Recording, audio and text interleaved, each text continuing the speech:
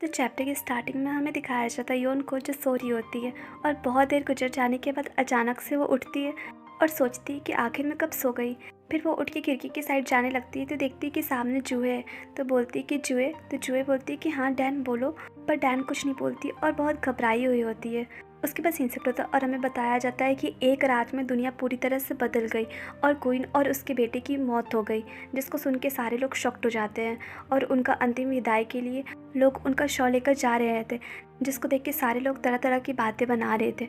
और यहाँ पे डैन भी होती है जो ये सब देख रही होती है। उसके बाद बताया जाता है कि एक नया सम्राट सिंहासन में बैठ चुका है, जिसको सुनकर डैन सोचती है कि ये पक्का च्योंग नहीं होंगे और वो आगे बढ़ रही होती है। तो पीछे से चूहे बोलती है कि डैन कहाँ जा रही हो, रुक तो जाओ। पर डैन उसका बात नहीं सुनती है और आगे जाकर एक आदमी को बोलती है कि प्लीज़ गाड़ी रोकिए, मुझे देखना है कुछ। उसके बाद अधिकारी लोग अनाउंस कर रहे होते हैं कि प्रिंस च्योंग को आखिरी सम्मान दीजिए, क्योंकि उन्होंने देश की रक्षा के लिए अपना बलिदान दे दिया। और प्रिंस च्योंग राजद्रोह की साजिश को विफल करने में सफल रहे, लेकिन वो गंभीर रूप से घायल हो गए थे और लास्ट में उनकी मौत हो गई, जिसको सुन के डैन पूरी तरह से शॉक्ड हो जाती है। और अधिकारी बताते हैं कि राजवंश में सिर्फ एक ही उत्तराधिकारी बचा था, जो कि फोर्थ प्रिंस थे। उन्हें राजगद्दी सौंप दी गई। उसके बाद डैन प्रिंस च्योंग को याद करते करते वहीं पे बेहोश हो जाती है, जिसको देख के जी हुई पूरा घबरा जाती है। और इधर डैन बेहोशी की हालत में सोच रही होती है कि मेरे प्रिंस च्योंग मर गए हैं और वो मरकर इस कंट्री को विक्ट्री दिलाए हैं। उसके बाद सीन शिफ्ट होता है और हमें दिखाया जाता है योन को, जिसे चेक करने के लिए डॉक्टर आए होते हैं और उसका पल्स चेक करके डॉक्टर जूहे को बताते हैं कि योन प्रेग्नेंट है, जिसको सुन के जूही पूरी तरह से सरप्राइज हो जाती है और योन खुश हो रही होती है। उसके बाद सीन शिफ्ट होता है और हमें दिखाया जाता है योन को, जो कि गार्डन पे अकेले बैठी हुई होती है। तो जूही उसके पास आकर पूछती है कि क्या तुम अकेले बैठोगी। तो योन बोलती है कि मैं ठीक हूँ, बस मैं कुछ देर यहाँ बैठना चाहती हूँ। तो जूही बोलती है कि ठीक है, अगर तुम्हें किसी भी चीज़ की ज़रूरत होगी तो मुझे बस आवाज़ देना, मैं तुम्हारे पास जल्दी ही आ जाऊँगी। तो योन बोलती कि ठीक है। उसके बाद बोलती कि जूहे, तो जूहे बोलती कि हाँ बोलो। तो डैन बोलती है कि अब तुम्हें पता चल गया है कि मैं डैन नहीं हूँ, तो क्या तुम अभी भी मेरी दोस्त बनी रहोगी। तो ये सुन के जूहे बोलती है कि तुम ऐसे कैसे कह सकती हो, ऑफ कोर्स मैं तुम्हारी दोस्त हूँ और हमेशा रहूँगी और मैं तुम्हें पसंद भी करती हूँ। तो योन को ये सुन के बहुत अच्छा लगता है और उसे थैंक यू बोलती है और अपना कुछ कुछ देख रही होती है। तो जूहे उसे पीछे पलट कर देखती है और वो कुछ कुछ सोचते सोचते चली जाती है। उसके बाद योन अकेले बैठी हुई होती है और सोचती है कि उस रात के बाद से कोई मुझे गद्दार की बेटी कह के नहीं बुला रहा है और मेरे में जो कलंक लगा हुआ था गद्दार की बेटी होने का, वो हमेशा के लिए ख़त्म कर दिया गया और लोगों को पता चल गया कि मेरे फादर गद्दार नहीं थे, जो कि प्रिंस च्योंग के कारण ही संभव हो पाया। और प्रिंस च्योंग ने मुझे अपना प्राइवेट संपत्ति दे दिया जहाँ पे वो रहते थे, और ये उनके साइड से मेरे लिए आखिरी गिफ्ट था। और ऐसा लग रहा था जैसे उन्हें सब कुछ पहले ही से पता था और इसलिए उन्होंने पहले ही से ही सब कुछ ऑर्गेनाइज कर रखा था और वो चाहते थे कि फोर्थ प्रिंस ही राजकुमार बने, इसीलिए उन्होंने अपने आप को मार दिया ताकि फोर्थ प्रिंस के रास्ते में कोई रुकावट ना आए और उन्हें आसानी से राजगद्दी मिल जाए। उसके बाद सोचती कि उनके द्वारा छोड़ा गया एकमात्र निशान है मेरे लिए, जो कि मेरे गर्भ में पल रहा है, मेरा प्यारा बच्चा। उसके बाद वो याद करती कि प्रिंस उससे बोल रहे होते हैं कि अगर मैं नहीं आऊँगा तो तुम सब कुछ भूल जाना, जिसको याद करके योन सोचती है कि भूल जाना, मैं कभी नहीं भूल पाऊँगी। उसके बाद सीन शिफ्ट होता है और हमें दिखाया जाता है कि कुछ दिन गुजर चुके हैं और योन अपने रूम में सो रही होती है। तभी वहाँ पे प्रिंस आते हैं, जो कि प्यार से उसका बाल हटाकर बोलते हैं कि योन अब जग जाओ, देखो सूरज भी निकल चुका है, अब जग जाओ डैन, उठ जाओ और देखो तुमसे मिलने कौन आया है, क्या तुम नहीं उठोगी, देखो मैं खुद तुमसे मिलने आया हूँ, वैसे तुम आजकल बहुत सो रही हो, उठ तो जाओ। तो वो अचानक से उठती है और देखती है कि प्रिंस च्योंग कहीं नहीं है, इसका मतलब वो सपना देख रही थी। उसके बाद सीन शिफ्ट होता है और हमें दिखाया जाता है कि कुछ दिन गुजर चुके हैं और हमें योन को दिखाया जाता है, जो कि अभी भी रो रही होती है और बार बार से पास्ट का मोमेंट याद कर रही होती है। जितना भी टाइम वो राजकुमार के साथ गुजारी थी, सारा मोमेंट को याद कर कर के वो बहुत रो रही होती है और सोचती है कि आपने मुझसे कहा था कि आप मुझे फिर से ढूंढ लोगे और मेरे पास आ जाओगे, और जब आप आओगे तो मैं आपके नाम से पुकारूं, लेकिन आप अभी तक क्यों नहीं आए हो।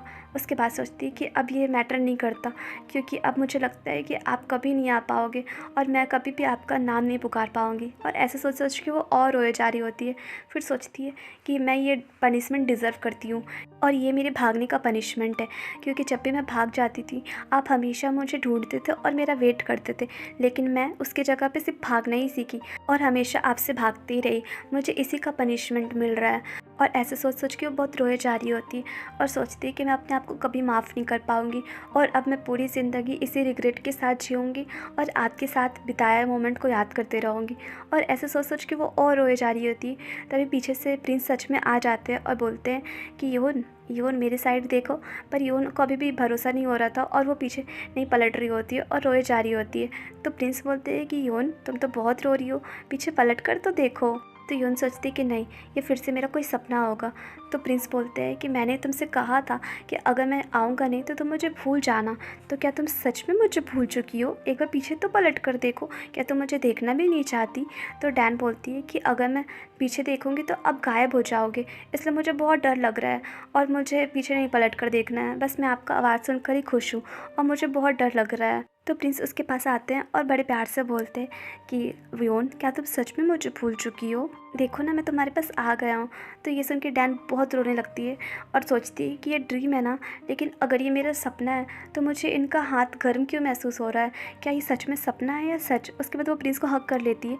तो प्रिंस बोलते हैं कि डैन ये कोई सपना नहीं है, मैं सच में तुम्हारे सामने हूँ और डैन मैं तुम्हें कभी नहीं भूल सकता और अगर मैं मर भी गया तो भी मैं तुम्हारे पास लौट लौट कर ज़रूर आऊँगा। देखो इस बार भी मैं लौट कर आया हूँ ना और मैं तुम्हारा इकलौता हस्बैंड हूँ, मैं तुम्हें छोड़कर कहीं कैसे जा सकता हूँ? तो डैन ये सुन के बहुत रोने लगती है और उसे बिलीव नहीं हो रहा था कि सच में प्रिंस उसके सामने है। तो प्रिंस बोलते हैं कि योन मैंने तुमसे कहा था ना कि जब मैं वापस आऊँगा तो तुम मुझे मेरे नाम से पुकारना। तो देखो अब मैं वापस आ गया हूँ, तो मेरा नाम लो और मुझे मेरे नाम से पुकारो।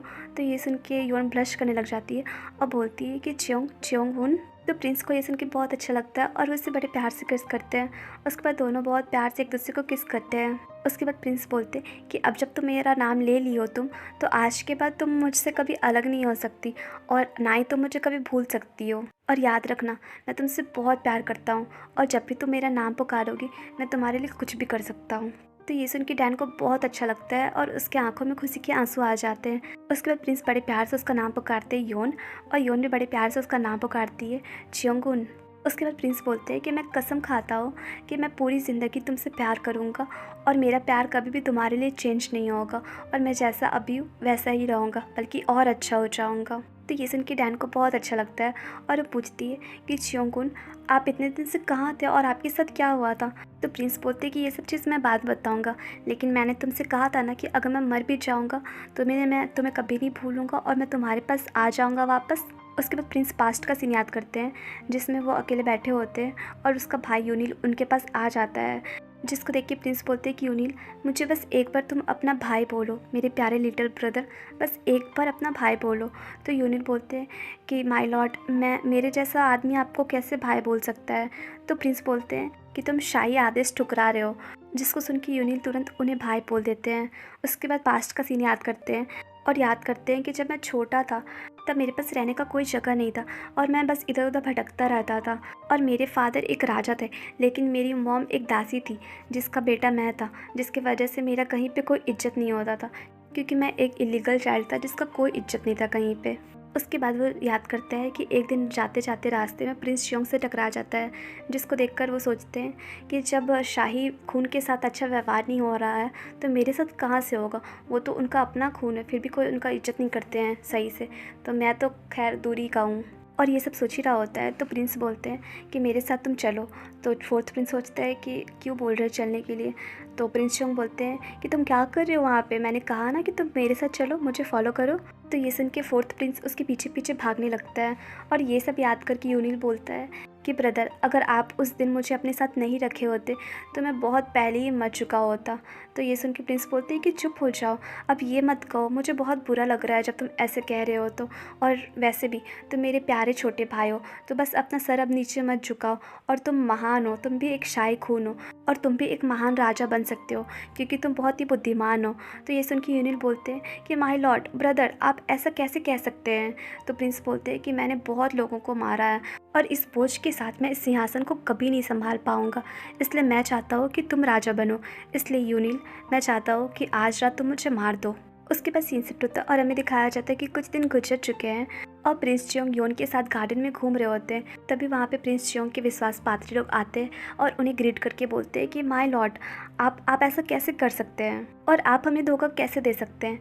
और एक छोटू प्रिंस रो रो कर बोल रहा होता है कि माय लॉर्ड, हम सभी ने सोचा कि आप मर गए हैं, तो बताइए आप इस तरह का धोखा क्यों किया हमारे साथ। आपको पता भी है कि हम लोग कितना दुखी हुए थे ये सुन के, और हम लोग आपसे बहुत गुस्सा हैं। तो प्रिंस जियोंग बोलते हैं कि मुझे पता है कि तुम लोग बहुत ज़्यादा परेशान हुए हो मेरे कारण, इसलिए मैं तुम लोग से माफ़ी मांगता हूँ, लेकिन मेरे पास कोई और रास्ता नहीं था। तो गाइस, ये चैप्टर यहीं पे एंड हुआ और आप लोग मुझे कमेंट करके ज़रूर बताइएगा कि आपको ये स्टोरी कैसी लग रही है, और प्लीज़ चैनल को लाइक शेयर सब्सक्राइब कीजिए। Bye bye.